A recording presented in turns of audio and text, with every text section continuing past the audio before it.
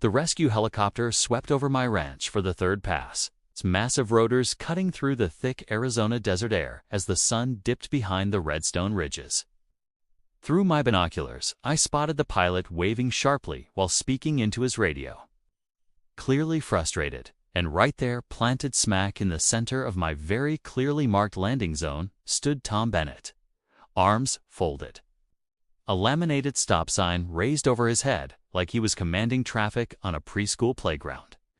He had arranged bright orange cones in a neat circle around himself, as if that flimsy formation could somehow halt a $40 million aircraft from touching down on property I own outright. The radio strapped to my belt hissed to life with the pilot's strained voice. "Sir, we have an individual on the ground claiming to represent some sort of neighborhood security agency. He says we're violating something he calls airspace tranquility regulations. I need this landing zone cleared ASAP. We are carrying the governor of Arizona for the wildfire assessment flight. Over."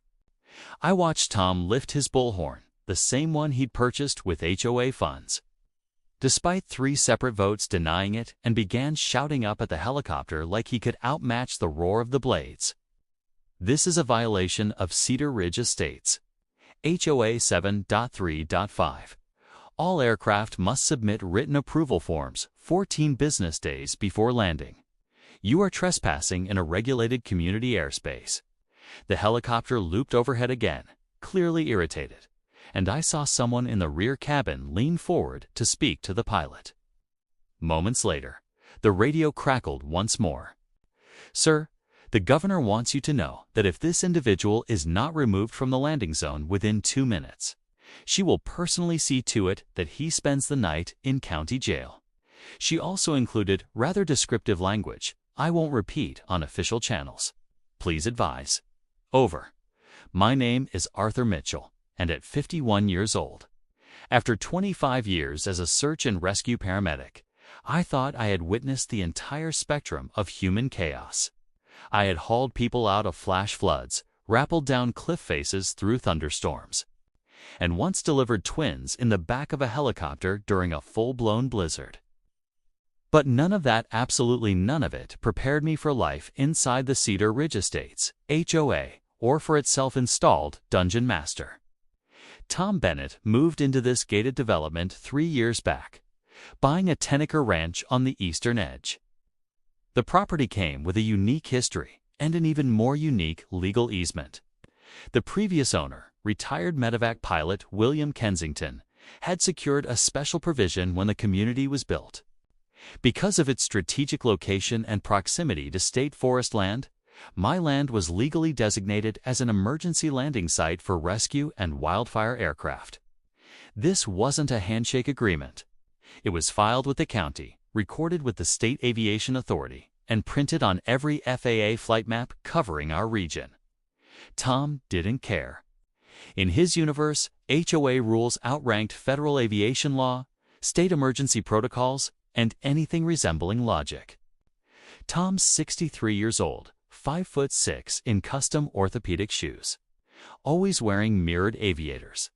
Even at our 7 o'clock indoor board meetings, had retired from a mall security job, and somehow persuaded a previous HOA board to invent a new position just for him: Chief of Community Security. The wildfire crisis began 5 days earlier when lightning ignited a patch of dry brush 15 miles north of us. The blaze expanded to more than 3,000 acres. While the fire wasn't yet threatening our neighborhood, the state triggered emergency response procedures. My ranch, with its open clearing and quick access to the highway, was selected as a staging site for helicopter operations. I spent 2 days prepping the landing area, setting up a water station, and coordinating with the state fire marshal's office. Everything went smoothly until Tom decided to intervene. IT started with an email at exactly 11:30 p.m., dripping with righteous indignation. "Mr. Mitchell, I have been informed that you intend to allow aircraft to land on your property without proper HOA authorization. This violates community standards regarding noise, dust, and visual aesthetics. Cease immediately or face fines of up to $500 per day. I responded politely, attaching the legal easement, the emergency authorization from the state, and a reminder that obstructing emergency aircraft was a federal offense. His reply arrived 6 minutes later. Fedora Schmiederl in Cedar Ridge Estates. I am the law. The next morning, I discovered that Tom had installed a chain-link gate across my private dirt road overnight. A sign dangling from the center read "Authorized HOA vehicles only," accompanied by another proclaiming no airborne intrusions beyond this point. When I called to demand he remove it, he insisted the gate was for my protection. "We cannot allow unauthorized helicopters to disrupt residents' peace and tranquility," he said, with a tone so noble it was almost impressive. "The sound of those rotors can decrease property values by up to 3%. According to a study I found online, I cut the lock off the gate with bolt cutters that afternoon. By sundown, Tom had replaced it. This went on 4 times in 2 days until I finally removed the entire gate, carried it to his driveway, and leaned it against his garage door with a note. "Please keep your gate on your own property. Thank you." And that brings us to today. Tom standing in the middle of my landing zone, shaking a stop sign at a helicopter carrying the governor of Arizona, 2 state fire officials, and a news crew from Channel 12. The situation had shifted from ridiculous to downright dangerous. The helicopter was low on fuel after 20 minutes of circling, and the pilot's tone was tightening with urgency. "Sir, we need to land immediately," he radioed. "We have approximately 15 minutes of fuel left, and the nearest alternate landing site is 25 minutes away. If this individual is not removed, we will have to declare an emergency. Over." I sprinted across the field toward Tom, who was now reading directly from his laminated HOA charter into the bullhorn. Article 9, Section 4 clearly states that all vehicles wheeled, tracked, or airborne must display a valid Cedar Ridge Estates parking permit. This helicopter is not in compliance. "Tom," I said, forcing comment to my voice despite wanting to strangle the man, "you need to move, right now. This is a state emergency operation. You are committing multiple felonies by stopping this helicopter from landing," I warned him. He angled his bullhorn toward me. "Arthur Mitchell, you violate HOA Ordinance 1.6, attempting to intimidate a community security officer during the performance of his sacred duties. I am issuing you a formal warning." Before I could respond, the distant wail of sirens cut through the desert wind. Within minutes, 3 vehicles rolled up to the landing zone. A state police cruiser, a fire department truck, and a black SUV with government plates. David Harris, the state fire marshal I've been coordinating with, stepped out of the SUV alongside a uniformed state trooper and a man in a dark suit I assumed was part of the governor's security team. "Mr. Bennett," David said, his voice carrying the weight of someone who had handled far worse emergencies than an HOA zealot with a laminated stop sign.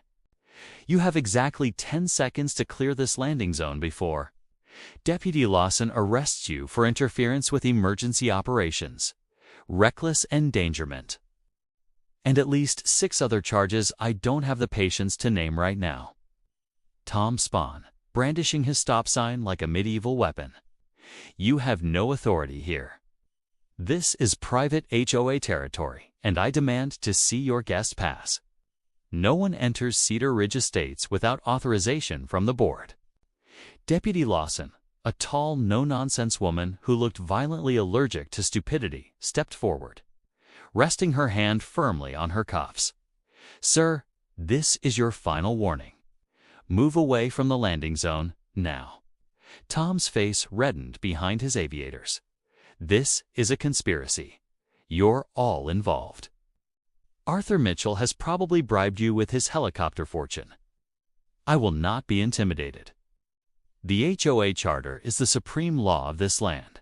I answer to a higher authority than the state of Arizona." The helicopter was now dropping lower, preparing for an emergency landing, whether Tom liked it or not. The downdraft kicked up dust, scattering Tom's arranged traffic cones like they were cheap plastic toys. His comb-over, usually glued down with the quantity of hairspray that defied physics, was whipping wildly around his head like a frantic desert animal. Through the swirling dust, the helicopter door slid open. A woman in a tailored business suit leaned out, and even from 50 feet away, could see the expression on her face, a political death glare capable of ending careers and breaking the spirits of veteran legislators. Governor Sarah Collins was not known for her patience, and Tom had just drained whatever tiny reserve she possessed. She lifted a phone and aimed it at him, clearly recording. Then she pulled out her own bullhorn, because apparently that was the theme of the day, and her voice thundered across the clearing. "Mr. Bennett, I am Governor Sarah Collins, and you are currently being filmed for what will almost certainly become a viral video titled, 'HOA Guard Attempts to Arrest the Governor.' You have 5 seconds to step aside, or I will personally ensure your place in Arizona.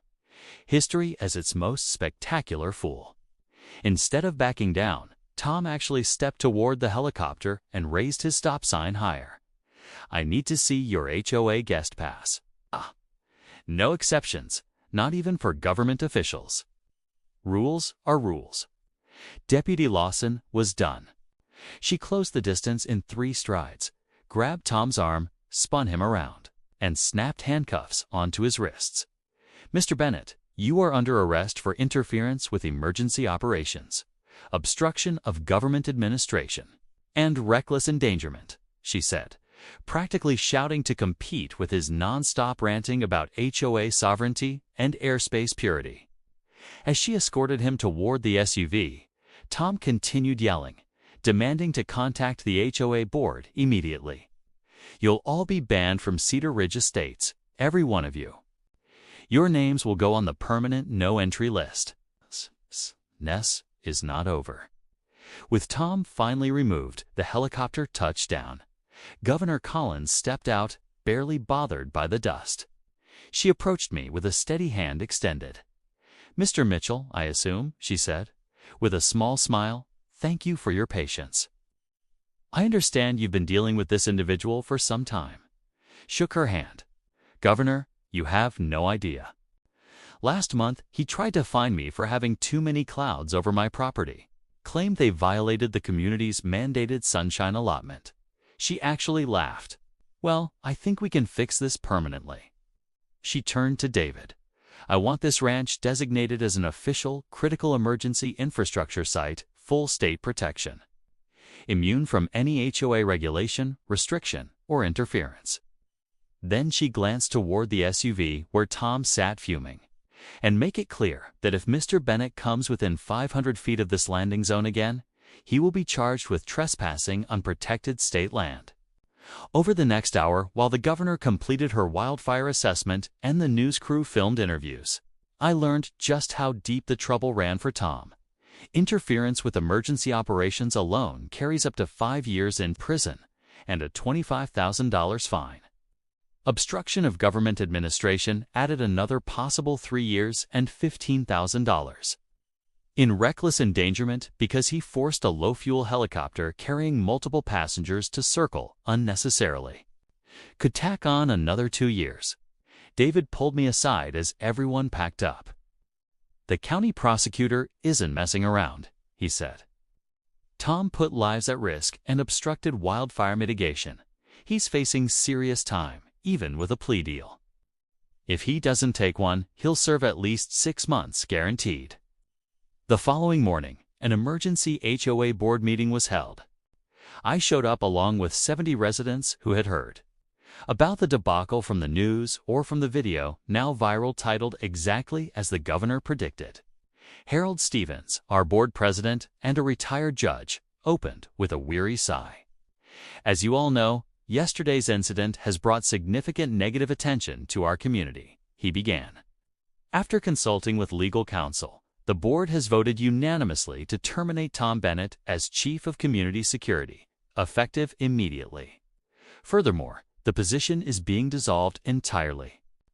From now on, we will rely on the Sheriff's Department for actual security matters." Someone shouted from the back, "What about all his ridiculous rules? The cloud fines, the bird watching permits, the millimeter grass inspections?" Harold nodded. All citations and fines issued by Mr. Bennett over the past 18 months are void. Any money collected will be refunded. We are also conducting a full review of our bylaws to eliminate any regulations exceeding reasonable community standards. 2 weeks later, a package arrived from the governor's office. Inside was an official certificate designating my property as the Mitchell Ranch Emergency Response Zone, granting it legal protections that essentially made HOA interference illegal. A handwritten note accompanied it. Mr. Mitchell, thank you for your service to our state. Next time I land a helicopter, I'll make sure to bring my HOA guest pass. She added a smiley face. I genuinely laughed. 3 months later came Tom's trial. Having refused all plea deals, he chose to represent himself, arguing loudly that HOA law superseded state and federal authority. Predictably, I went terribly. The judge, barely maintaining composure through his opening statement, finally warned him that sovereign citizen arguments would not be tolerated in her courtroom. The jury deliberated for exactly 47 minutes, guilty on all counts. The judge, either merciful or simply eager to end the spectacle, sentenced him to 18 months in minimum security prison, 3 years of probation, and $40,000 in fines. The bailiff escorted him out. Tom shouted to the gallery, "The HOA will rise again." You cannot stop the enforcement of properly submitted community guidelines. His wife filed for divorce the very next day, citing irreparable embarrassment and the fact that Tom was already trying to form an HOA inside his prison cell block.